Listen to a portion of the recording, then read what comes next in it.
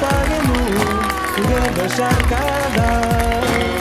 I si deixessin de ser tots junts un poble mai vençut, me tornaríem a cantar cançons de llibertat. Neguak errandu du aritzen herria, noz galatu da horren oparo urria. Txarrelari honenak atera diozu zaurietan musu, zer zehazu minarian begia, zurari egia. Aurrera altsasu, aurrera altsasu, aurrera altsasu, zurari egia.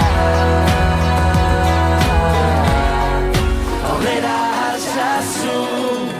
Kaixo, y eskerrik asko, lo primero que me sale es eskerrik asko, eskerrik asko, eskerrik asko.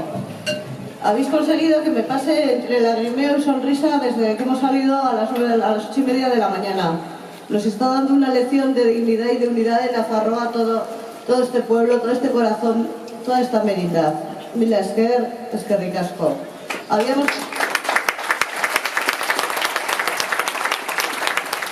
La verdad es que teníamos preparado un par de hojas para leer, pero no sé si me apetece leerlo todo o deciros que conocéis el caso, que conocéis a qué situación nos enfrentamos, que estáis aquí, que contamos con vosotros el día 14 de abril, que Navarra está con nosotros, lo hemos percibido, lo hemos sentido, que no nos vamos a dejar aplastar, que nuestras hijas e hijos sí son importantes para mucha gente, aunque sean meros muñecos y muñecas para un Estado que se está dedicando a la venganza a través de nuestro caso.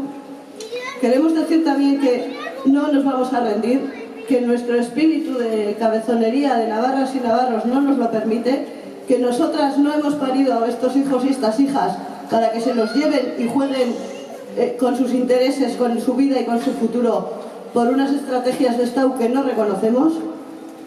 Y la verdad es que lo único que me queda decir es que el agradecimiento va a ser infinito, que el día 14 tenemos que llenar de dignidad Iruña, que estamos llenando de dignidad Nafarroa, porque vosotros y vosotras nos aportáis dignidad, nos aportáis estado de ánimo cuando todo lo tenemos en contra. No sabemos cómo os vamos a agradecer esto. Luchamos por nuestros hijos, por nuestras hijas, luchamos por la dignidad de las personas, luchamos porque no se vulneren más derechos y luchamos porque no nos queda otra, pero no podemos permitirles que nos lleven lo que más queremos, nuestras hijas, nuestros hijos, nuestros jóvenes y nuestro sentimiento de pueblo que se siente agredido. Eskerrik asko, altxasuko akarte, agur!